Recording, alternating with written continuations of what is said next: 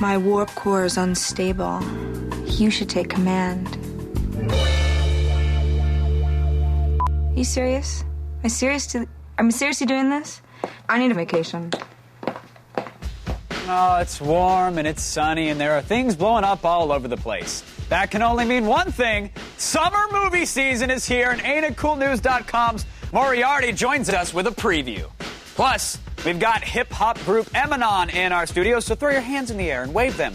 Like you care for a change. Would it kill you to show a little enthusiasm for once? Jeez, people.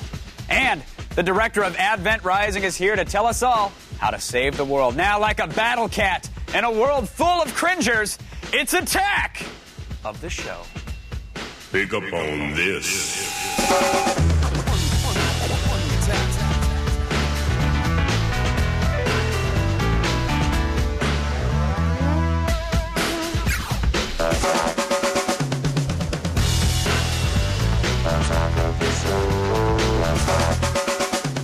Welcome them. Go for it. Bring them in. Hello, welcome to the show. It's Attack of the Show. Pull 'em in. Hey, Yeah, you should be there very we happy go. to be here. It's Friday. We're happy to be It's Friday. here. It's the one day of the week that we're sincerely happy to be here. Really. I think so. And the happiness will just increase throughout the show as we get closer to the end of it. Yes, closer to beer o'clock. Speaking of which, it's Margarita Friday, Sarah's favorite day. It is, but, I've asked, I've pleaded. I think it has to be like Margarita in my mind Friday. Oh, I got nobody. That's not like second best. That's like 10th best. You got a margarita, right? I mean, I got. I did. Oh, well, Mental no, Margarita those. Friday. Yeah, we But had. they said those were the Don't Tell Sarah margaritas. That was like the name of the Anyway, they were good. All right, folks, let's get down to it, to the business of the show. Business. Ever since episode 3, the infamous Darth Vader whale has been, making the internet rounds. And it's a little bit of a spoiler, but you should have saw it coming if you saw the first 3 films, which we all did here, right? Right. And it's mainly because of this site. Now, I don't know if you remember the You're the Man Now dog site. Yes, you're the man now, dog. You're the man now, dog. Exactly. Yeah, Sean Connery. We might have to That's pay not for that really right there. I don't know if we Scottish. have to license that, but whatever. Well, It's You're the Man Now, dog. Well, the guy that started this started a spin-off site. It's ytmnd.com, and he encourages people to go and build their own You're the Man Now, dog style site. Right, just taking a little bit from a movie and repeating it incessantly to the point of absurdity, and that's what gets really fun. Well, here we go. Here's Darth. This was the original one, and here it is. Here's the site, and it's the no whale repeated ad nauseum. Interesting. I don't remember the time code in the movie version, but anyway, it's like a sad brontosaurus. it is. It's it just is. not a good sound. Well, then someone, of course, set Darth losing at The Price is Right. That's very disappointing. Spinning the wheel. He's upset. And then my favorite is the roller coaster no, where you just kind of hear him going around the loop. That's brilliant. Right. This is like the perfect Friday thing because there is one other that we can't show involving one of the monkey songs. Oh, don't start. It makes me laugh so hard. I had to leave the office last Friday for like a good half hour because everyone was playing it and it was making me laugh that hard. If you So. watch him on the roller coaster, hear the no, and imagine this. There it is. Imagine that on like 20 PCs at 8:30 in the morning when you're coming in and everybody's like, listen to this. Ad nauseum. It's great. It's really good stuff. It's slightly simple. But and then it's a simple thing. on us, All right. but I love it. I'm a fan of the simple things, and this will prove it right here. This is a Flash game. Well, that's why I like you, Adam. I knew you were going to do that. Well, you pointed. We were there. We were buddies, but now we're bitter enemies. 55 more minutes, buddy. All right, I'm counting. This is a Flash game that lets you play with a Steve Jobs paper doll, or a Flash doll for that matter. If Look you at really want to touch that man. So here's Mr. Jobs, and let's get rid of that stuffy shirt. Apparently he's all tatted. He rolls hardcore with his OS X. Wow. We can why not? Now, whoa. You curious? Are you curious? No. Yeah, we're Oh, Sarah's curious. No, please. Come on, Sarah. Maybe the money compensates. All right, Who knows? let's just I want a come on. Let's, for the sake of Sarah, she wants the margarita. Here it is. Oh, it's another. It's like one of those onions He's with those wild. Russian Well, now I want dolls. it. Now take off the other one. So look at that. We can throw on. You want to try and take off this one? Yeah. Oh, it doesn't let you. He actually says no. It's kind of funny. He's like no. No, So Steve Jobs. we gave him a little shuffle. We can take off his tats. What do you want to do with him here? You want to get Well, let's put on the bell bottoms. I like that. some bell bottoms? Okay. But the pirate hat. But here, Adam, design them. Go ahead. Oh, this right. I'm this is having fun. this is from the Joy of Tech. They have some great stuff. And Adam has put a pirate hat on Steve Jobs now. I'm a little uncomfortable. He went with- doesn't like piracy, but he's wearing a pirate hat. The irony, it's suffused with irony. Okay, Sessler. Why don't you click on that tab there? We'll move on. A guy so desperate to date Natalie Portman that he's actually created an entire website to get her attention. Yeah, that's really going to work. Yep, here it is. It's datemenatalie.com. Now, he's not asking for marriage or anything, just a date. He's not even saying he's in love with her, just that he wants to see if they have any sparks, if there's a connection there, which, I don't blame him. Right? Yeah, but when you're this impassioned and you go on that date, I've been that guy, and you're like, blah, blah, blah, blah, blah, blah. Sarah Lane has dated 3 or 4 guys that registered.orgs that want to actually, meet her. Really? No, Is this true, Sarah? Isn't it?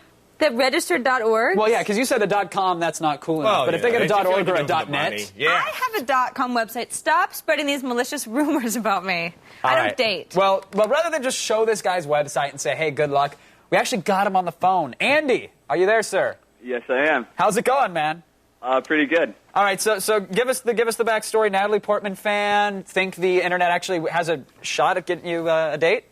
I guess so. Yeah. I mean, the whole thing kind of started as a joke. It was only like half serious, but then I showed it to my friend Tyson, and he came up with that great logo, and we just went for it. Understandable. Yeah, now we just saw a picture right here. Let's click on this one, Kevin. Okay, he's got two available. There's a small one. That looks like a young lady there. I don't know. I mean, are you a little concerned that this might sort of be like, well, looks like he's, I don't know. I think he's trying to make Natalie jealous. What do you say, Andy? Oh, maybe a little. Yeah, see? And Natalie's going to be like, I better get to him before she does, that whore. Yeah. Right? No? Andy, real quick, since you've got the website to expose your case to the world and plead it, we wanted to give you, a quick, 10 seconds on our show to do it. So please, feel free to plead to Natalie, Andy. I guess the most I could ask would just be for her to read through it. I mean, otherwise I'm just being redundant and talking a lot. So just give it a chance and read it. Well, that's good. Now, let's If you did the hypothetical date, where would you go, real quick? Where would you plan to take her? Oh, good question. Just, I guess, anywhere to have a conversation. TGI Fridays. Deal, I guess. Pretty much. Oh, they're chicken kickers. They're good. Natalie'd be impressed. Yeah. Andy, thank you for the website. Good luck and everything. Seriously, best of luck. Adam actually knows Natalie, so he'll send you her phone number. I try to set you up. I try to get you some cred with the one hints. last martini, and then suddenly I'm meeting Natalie Portman. And again with the martinis. Today we're taking your calls, folks. This time you can ask Adam anything at all, excluding game questions. No calling about the games. You get that enough? This is where we're going to find out if someone actually cares about who I am, not what I know. Spoiler, they don't. The number is 800-839-7880. And you can also email us through our web form as well. That's g4tv.com/askaots, and chat with us also at chat.g4tv.com. Did you notice that I'm playing with some cotton here? That's because if we take your call, we're going to send you one of these shirts. I'm like Steve Jobs. From Jinx. They're but with hopefully Sans Speedo. Yeah, exactly. Now, we don't expect you to stay completely still, but don't stray too far because AintItCoolNews.com's Moriarty McWeenie is here to talk movies. Attack of the show, baby. Attack. Attack of the show. Attack. All right, our next guest earns his keep as West Coast editor of movie news site Ain't It Cool News. As a freelance gig, he torments Sherlock Holmes, a joke that maybe 3 of you got. Please welcome back Drew McWeenie, better known as Moriarty. How are you doing? It's good to see you. Good to see you. So, you saw Batman Begins last night. So, I don't know, did you like it? What did you think? I think it's tremendous. I think Warner Brothers knocked it out of the park, and it's the first time in a long time that I think they've really been in the game with one of their superheroes. A big part of that is that it's Christopher Nolan directing, and he treats it seriously. This is a real film. It's not just a good comic book movie. It's a great movie all the way around. That's great. Now, we were speaking a little bit earlier that with this movie, with the trailer, even though everyone knows it's coming out, you can see the posters and billboards everywhere, there doesn't seem to be much excitement building behind it. Obviously, the movie's really good, so why the difference? Well, I think it's a hard film. In some ways, it's a hard film to cut a trailer for because it's very dense. There's a lot of characters. There's a lot of story. You really have to pay attention. It's a smarter than average summer movie. So you sort of have to see it all in context, and I think word of mouth is going to be tremendous. People are going to walk out of this one. They're going to want to take somebody back to see it again. They're going to want to see it a second time. And it's for the first time in, I think, ever, it's a scary Batman film. It plays adult. It's really smart. Now, of course, we can always think of the Hulk as being this kind of ponderous and not very exciting movie. That sometimes they're the ones that are all action and there's no substance. So where does it fall between the two? Is there action and is there thinking? Tremendous action. And I don't think Tim Burton was a very good action director. As much as people like his Batman films, they weren't action movies. Yeah, I didn't like him. And I think this time out, Nolan's balanced the action with some great character material. I think the performances, Christian Bale is great, and Michael Caine is so amazing as Alfred. You'll never think of anybody else in the role again. All right. Well, okay, of course, there's a few other movies coming out this summer. There are. The one that seems that everybody knows about outside of Star Wars is Spielberg's War of the Worlds. Mm-hmm. I don't think anyone's seen it yet, but what are your impressions? Well, that's actually, I think, the real trick of selling War of the Worlds has been, like with Jurassic Park in '93, he's managed to keep the aliens completely out of the media so far. We haven't seen them. We haven't seen pictures of them. And that's really rare today. I think what Spielberg does so well is build that sense of anticipation about what are we finally going to see when we get in the theater. And I think it's going to be tremendous. Based on what we've been hearing from people that have worked on it, I think there's a lot that he's kept secret that'll be pretty phenomenal. Now, even though we haven't seen the aliens, we've seen alien behavior from Tom Cruise all over the place. And there's been some talk that this might really have an impact on the sales of the movie. What do you think? I think it's tricky when your movie star becomes what people are talking about instead of the film. Yeah. But I think that once the movie opens, if it is what we're hearing it is, I think all that will go away. Do you think people are going to see it for Tom Cruise or for these aliens? I mean, between Jaws and Jurassic Park, I think it all depends on, because I think there are some people that go based on movie stars, and I think there's other people that are going to go because it's Spielberg with aliens again. All right. Now, moving on to a movie that is not coming out this summer, but is being talked about as if it was. Mm-hmm. This is X3, the next X-Men movie that can't seem to hold on to a director. Doesn't everyone? There's all these rumors about the screenplay. You have your ear on the hard. We've been breaking a lot of X-Men news this week. It's been probably the biggest week for news. First, they lost their director Matthew Vaughn, who just released Layer Cake here in the U.S. Right. And now that he's off the picture, it's down to two names. It's either John Moore, who made Flight of the Phoenix last Christmas, or it's Brett Ratner from the Rush Hour series. And those don't sound too appealing, given what their track record is. Well, I think Brett's literally a matter of timing. Rush Hour just fell apart. We're going to make a new film in the series, and Chris Tucker turned the script down, so literally he's available right this moment. And they're shooting in 9 weeks. One way or another, that film is going to be shooting in Vancouver in 9 weeks, so they have to have someone step in. Now, what about the screenplay? I've heard there's many problems with it as well. I wouldn't say that it's problematic. I think it's still in development. I think that the tricky part is when you are starting production on a film and a script isn't locked down, things can get away from you very quickly. And this is an important film. They've set up the Dark Phoenix saga, which anybody who reads the X-Men or is familiar with the series knows is the big story. It's what fans really want to see, I think.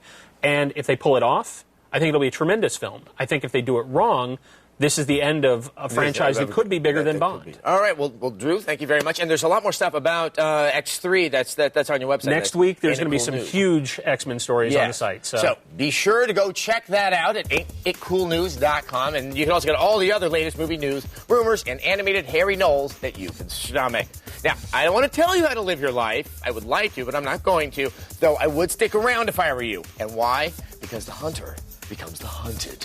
The relationship between Brendan and the valet takes a bizarre turn. And video games, baseball bats, your living room. Is this an episode of Cops?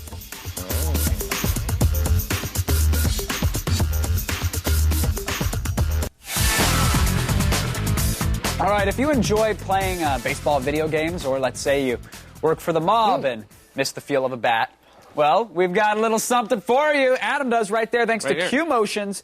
You can use an actual bat to play video games. Model it. Very nice. This is Q Motions Baseball. Right. This is their flagship. The flagship product is Q Motions Golf, which actually works. Right. Now they're trying to do baseball. Now, I need to premise all this with this is a pre-production device. It's coming out next week, but this is a pre-production one. Right. So this is not necessarily the final thing that you should be buying on the shelf. Yes. And so anything and everything that I may say about it right now should just keep that in mind. Keep that this isn't final. But there's two things to notice here. One is the sensor that's wrapped around the bat. It comes with little Velcro straps, so you can put it around pretty much any bat that you'd like. And notice there's 4. Go to model them, Adam. I'm sorry, your hands are much prettier than mine. There are 4 infrared sensors, 2 on each side, and there's also a plate with infrared sensors built in. And the plate has 4 buttons. Those triggers can be used to tell a player to steal or to slide or whatever. Charge the mound. All right. So there you go. let's start the game here. It works with pretty much any PC baseball game. It's a standard USB device. The one thing that I really like about it is you don't have to install any special drivers. Literally plug it in. Everything is inside that plate. It will work just fine. Now to get to the stuff that I'm not a big fan of. Adam, you can tell them how there's it an feels. amazing lag between when you actually swing and when it appears on screen. Right.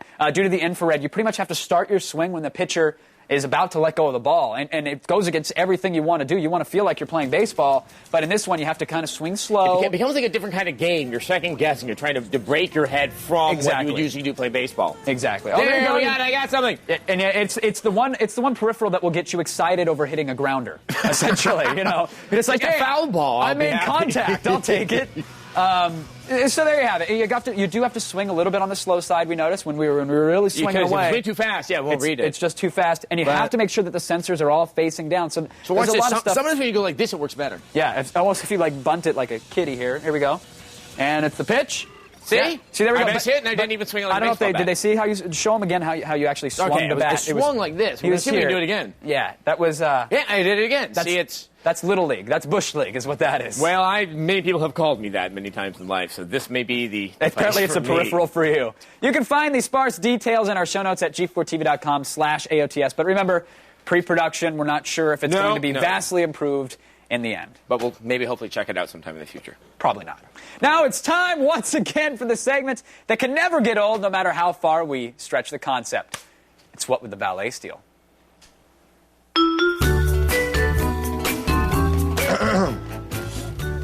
Brennan, can I talk to you for a second? Sure thing, boss. As you know, there's been a lot of changes around here to tackle the show, and well, frankly, we're replacing you. What? With who? That guy? But what am I supposed to do now?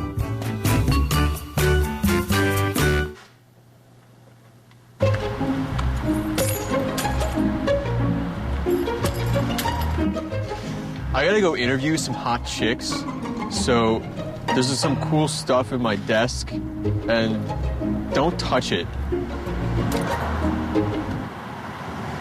Our valet is determined to steal everything he can get his hands on. He'll have his pick of the electric spin golf launch pad, the Toshiba Gigabeat, and the ultimate game chair.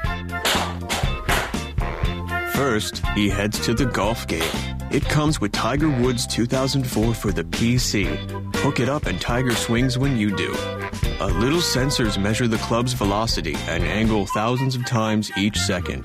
It's good exercise and can probably help you with your actual golf game. Stupid, stupid, stupid! Our valet likes it because it lets him blow off steam. Slice!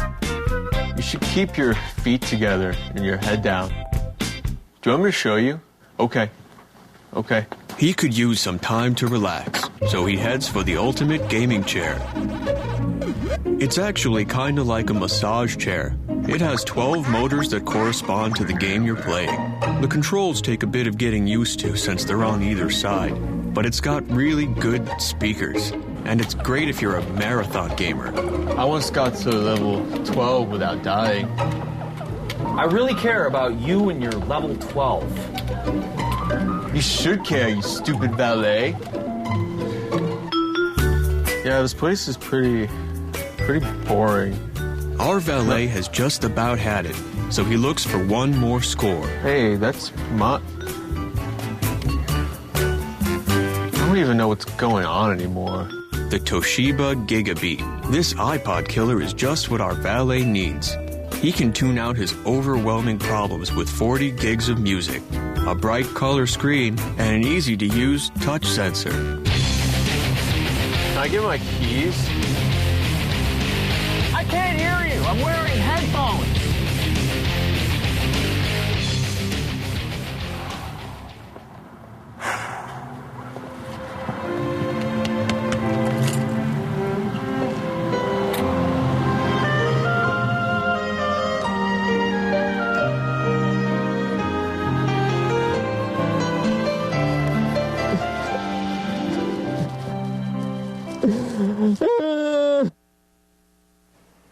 Gets me every time.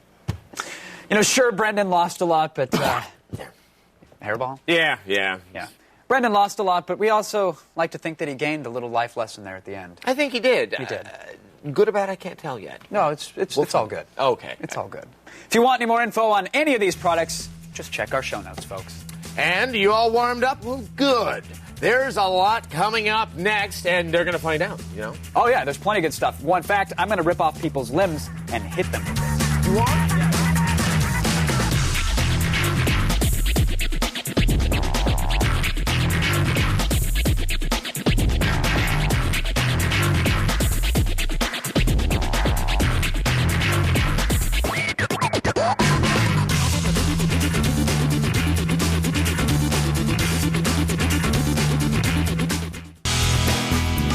Oh, welcome back. It's so good to see him, isn't it? Oh, it is. If I could, I'd give you a hug, you know, but don't worry. I'd totally, guy hug you, because I wouldn't want it to get You mean weird like the or two anything. pats on the back there? Perhaps like, hey, and they quickly recoil. What's up? Like, All right, cool. Yeah. What's Yeah. up? You working out? Cool. Yeah, me too. Now, we still got Advent Rising producer Donald Mustard on the way. And there's also today's Boost mobile live band, and it's Emanon. They'll be checking our mics in a little bit. Yes, they're the mic checkers. Now, I know you said to yourself, man, I'm just a puny stick figure. I can never totally wail on dudes like a true ninja would. That's quitter talk. And it's also a handy intro to Free Play Friday.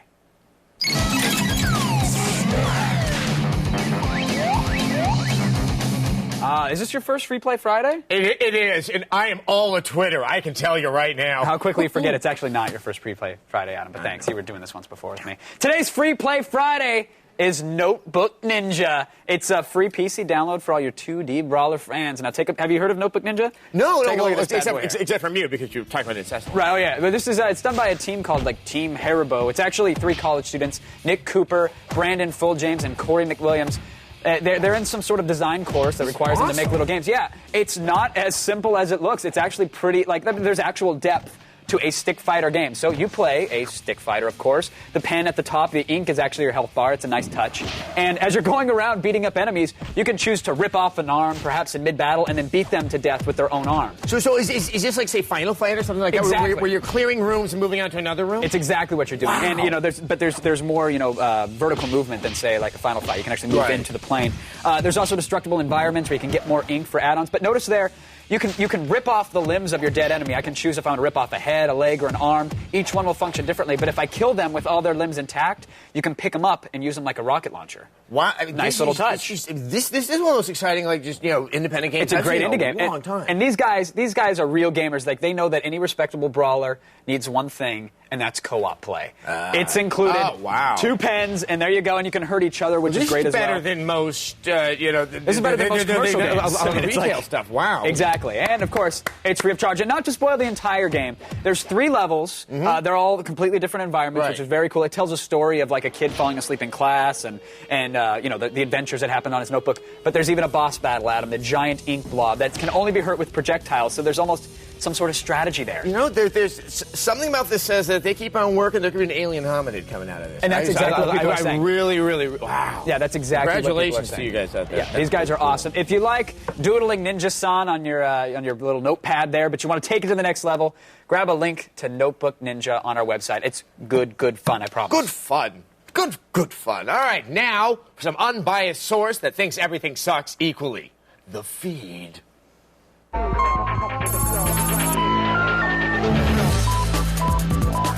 In a proposed class action settlement, Apple has agreed to extend warranties and issue credit to customers whose older iPods have faulty batteries. But getting money out of Steve Jobs can never be that simple, right? Yeah, not really. Customers have to have held on to their old iPod receipts in order to extend their warranty by 1 year and claim the $50 Apple credit. The settlement potentially covers about 2 million people who purchased first, second, or third generation iPods on or before May 31st, 2004. The majority of the people involved in that suit purchased third generation players between April 2003 and July 2004, when we assume Apple experimented with Oompa Loompas before falling back on traditional manufacturing methods. They're just not very good with batteries. All right, now, have you ever dreamed of being a Pixar animator? You have? Okay. Have you ever dreamed that you were being chased by your 4th grade gym teacher, only instead of biker shorts, he had crab legs? No? Okay, good, because that would have been really weird. But at least your Pixar fantasy may be a step closer to reality, because the animation powerhouse announced plans to make their groundbreaking software called Renderman available for purchase by the general public. This consumer version can be used in conjunction with Alias's Maya rendering software to create very realistic characters. So the implications are huge for the industry, because getting high-end animation software into people's hands at an early age could lead to a whole new generation of cartoon wizards. Or at least some quality user-createds for a change. Hope you're listening. Now, speaking of you, I've gotten your emails and I've listened to your voice messages, and well, I've even taken the time to decipher those words you wrote in blood on my car windshield. So I get it. You want more feed stories about percentages. Here you go. This one's for you. According to Forbes magazine, the number of people legally purchasing music from the internet increased 52% this year. Now, on the other hand, illegal downloading has also increased, but only by a quarter during the same period. So does this mean people are actually choosing to buy music more often than they acquire it illegally? I don't know, probably. Go ask Forbes. I mean, they have the kind of time to ponder these things. We've got stuff to do here. Very important things. Now, while gaming giants Microsoft and Sony tore through E3, people were wondering how Nintendo could possibly compete. Well, by giving away stuff for free. Yay! Nintendo of America Vice President George Harrison recently hinted that the revolution may allow gamers to download all Nintendo-created past-gen titles free. We contacted Nintendo's Vice President of Corporate Affairs, Perrin Kaplan, who had this to say, quote, Nintendo doesn't like the concept of charging people for being online, such as Xbox Live does. So Nintendo will not charge people to get online to play our first-party games. End quote. She went on to add, quote, as far as the revolution and accessing older games, we haven't finalized how we'll structure it yet, although our goal is to make it as easy and inexpensive as possible, which could be free. So, there you go. A big maybe. You frustrate us, Nintendo. But you're so damn cute. We can't stay mad at you. And that's the feed. Boys, if you want any more, you're going to have to buy a subscription. Oh, all right. Well, from who? Yeah. From me. From Sarah or something like Oh, that? that would make sense. Yeah. The Nintendo, that's a pretty big deal. Your thoughts? Well, okay, two things. It's great that they're saying free. Isn't that what Sony said, and they had an absolutely terrible service? I don't know. I was able to get online and play with my PlayStation 2, so I wouldn't say it's terrible. It wasn't, but it was just so user-unfriendly. It'd be nice. I don't know if Nintendo, I mean, they seem to be that one step behind, and if they're now going to go what Sony did instead of making a real service and making it for free. You have to hope that someone at Nintendo paid attention to what Microsoft and Sony did with this current gen, so they know that they'll need some sort of matchmaking. And they've partnered with GameSpy for the DS, so we can hopefully assume that they'll partner with them for those kind of tools. I'm truly hoping. I mean, I love Nintendo, and I love their games. I just can't stand sometimes how they think. So I haven't taken away. I hear you. I like the big maybe on the free titles, so that's interesting. We'll see what happens. All right, it's time to take some phone calls. It pains me to say it. This is, I think, your last day of guest hosting with us, so we wanted to give everybody at home. No, it pains me, not you. You're excited about getting out of this hellhole that is Attack of the Show. Just kidding, boss. Brent joins us on the phone. Brent, you there? Yeah, I'm here. What's up? Not much. Just wanted to give you a chance to ask the Cess anything you'd like, sir. All right, Adam, are you a fanboy of the Numa Numa dance? Am I supposed to know what the Numa Numa dance is? That's the guy that he's in his chair and he's... Oh! I would say I'm a fanboy, because when I think of fanboy, I think of people who really like Final Fantasy that write me hateful letters of what they want to do to me when I'm not looking. Gotcha. But I could say I'm a fan of the Numa Numa dance. It has made me happy in the past. Good. It has entertained me, too. Wow. And you didn't even need a prescription for that one. No, I didn't need a prescription for Very it. nice. First time No, it happiness helps if didn't you come have in a one. little pill. Chris joins us on the phone from Grand Rapids. You there, Chris? Going twice. Chris, are you there, buddy? Yeah, I'm here. Hey, what's going Chris.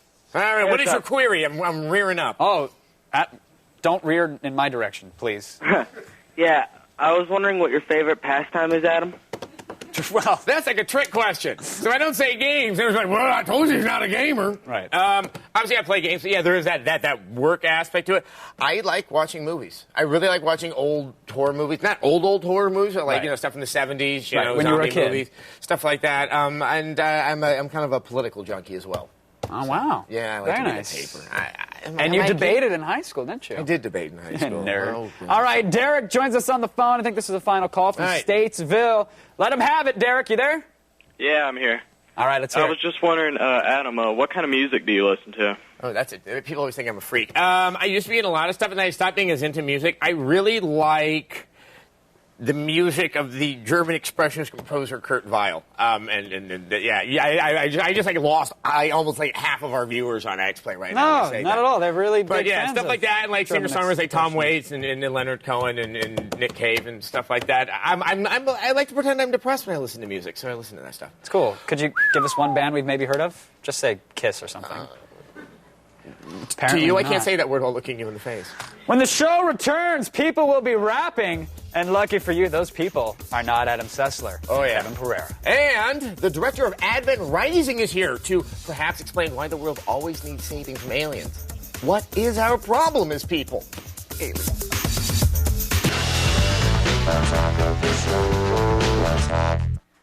All right, Advent Rising has been getting a lot of attention lately, in part because of the unprecedented $1 million prize. I'm going to say that one more time. $1 million prize you can potentially win just by playing the game.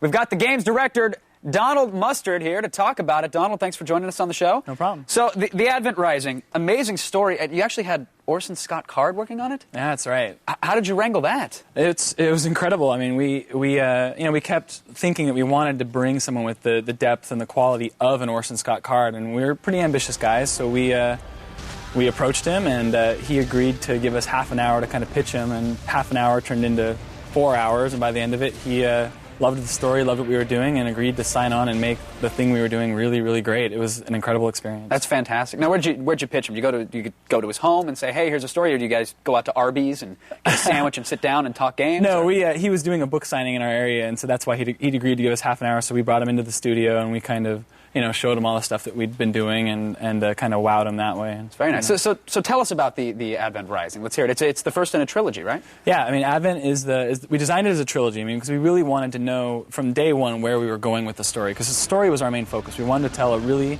incredible story, really about the power of humanity. Right. And we're kind of going off the idea that humans are mythological creatures, and all these vastly intelligent alien races kind of see humans as these legendary beings that will one day, rule the galaxy. And we're really kind of going off the idea of, what if you only used, we use 10% of our brains as humans. Well, what if you say we, but I know at least you use 12 some or 13. Some of us use 10% of our brains. I'm more like 6, maybe, whatever. But what if we used 100? And in Advent, the humans evolved to that point, so it's pretty cool stuff. Very nice. Now, one of the things that's been really touted is the major soundtrack. I mean, you guys hired a guy who plays pan flute. You got a guy, a high school violinist, right? I mean, no, you actually had an orchestra, didn't you? Yeah. No, we wanted to get a couple guys in the garage. Yeah, no, we, again, one of our key things was we want to tell a great story, and to tell a great story, you need to evoke emotion. Of course. And we wanted to do more than just, rely on the adrenaline of the player. And one of the really good ways to do that is through music. And so we approach the music thematically, kind of like you would in a movie, where we have the Advent theme, Gideon's theme, the love theme, the Seeker's theme, and luckily, Majesco had our vision, and they backed us up, and we were able to get a 70-piece Hollywood Union Orchestra, and we were able to get a worldwide renowned choir to do all the choral stuff, and it's just phenomenal. An incredible soundtrack. Yeah, the music was definitely impressive. It made every moment feel like a scene from a movie to an extent. Now, the game is out now. There are a few reviews out there. What do you think about them? What's your take? Well, a few of the onlines have beat us up a little bit, but a lot of the magazine reviews we're really happy with. We just got an Editor's Choice Award from GamePro. They gave us a 4.5 out of 5, so that's very nice. That's really good. But ultimately, we've been following the message boards. A lot of people are buying this game, and we're seeing their feedback, and they're really, really enjoying it. And at the end of the day, I'm making this game for the consumer, and I really want people just to enjoy it. And so people seem to be really enjoying the game, and that really makes us happy. I'm sure that one gamer out there is really going to enjoy winning $1 million.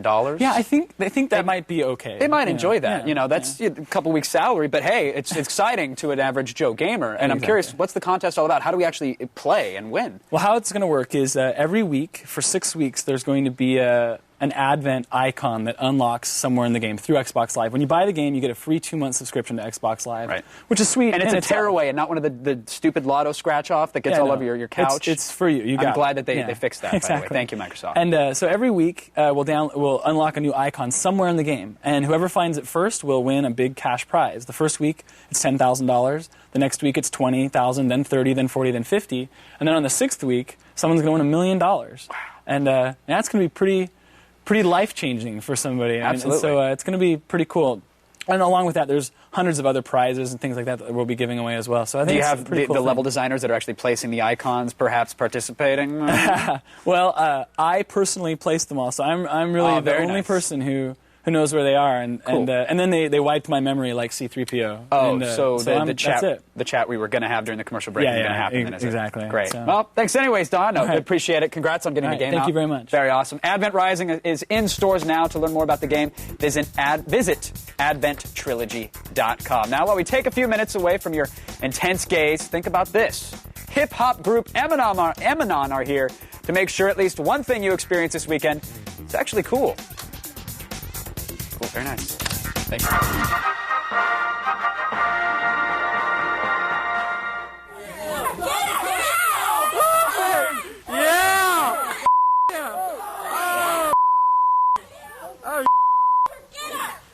Get back down, I gotta record this.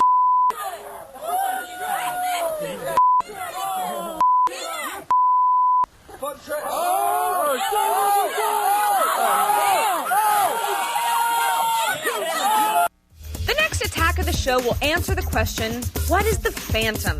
Infinium president Kevin Bacchus will unveil his mysterious gaming console. Ooh. Plus, if you like art but wish it moved faster and had more potential for bone-snapping crashes, then the Kinetic Sculpture Race is perfect for you. And what's the best way to soothe your Episode 3 hangover? How about a little hair of the dog? The writer-director of the Star Wars fan film Revelations will be here, revealing things. There, your AOTS needs are taken care of.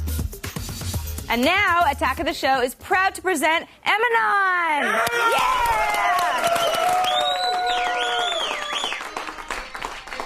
Yeah. Aloe Black and my man Exile. Eminem, I got a question for you real quick. Yo, do you know what you live for? Let me ask you again.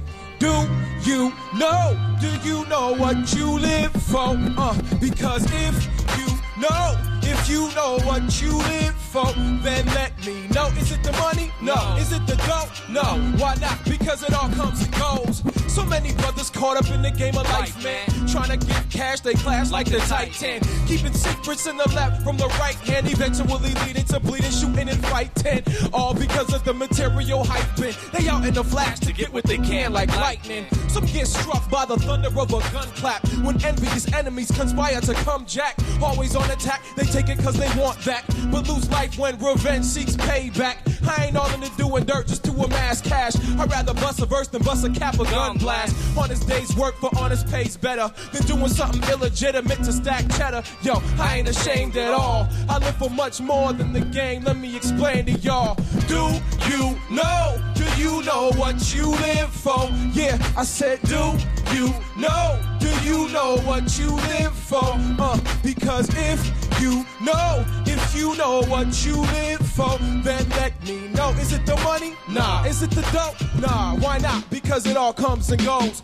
So many women feeling less than feminine, all because they believe in what the media is telling them. Buying up all the beauty corporations be selling them, caught up in categorizing by levels of melanin. I'm sick of it. Beauty is much more than skin deep. It's in the way you walk, think, talk, and speak. Beware the television. It's a tool for conditioning. Read between the lines of the crafty sales pitching, and feel free to act and be however you want to be. Don't always try to duplicate whatever you see. Supermodels ain't nothing but pseudo-humanoids, more plastic than a box of baby toys. And maybe boys is wrong the way we act when we love them and leave them, but verify the love is real before you believe them. Protect yourself, preserve your mental health, and look inside for the value of your personal wealth. I'm saying, do you know what you live for? I said, do you know what you live for? I said, do you know what you live for? I'm saying, do you know Do you know? Exile, switch it up real quick. So many people, them a have things to say. None want to do it, but them I want it their way. They want to talk about and chat about.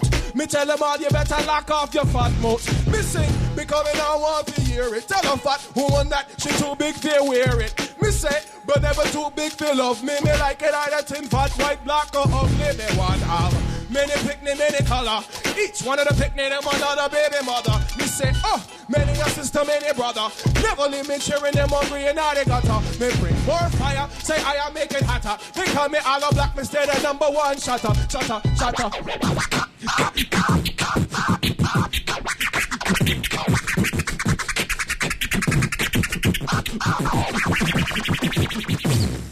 Yeah, Eminem in effect, y'all.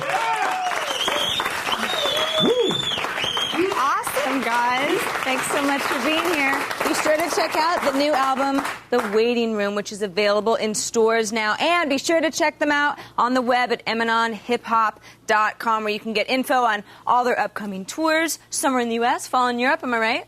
Mm-hmm. All right. Their solo projects at soundincolor.com and shamanwork.com as well.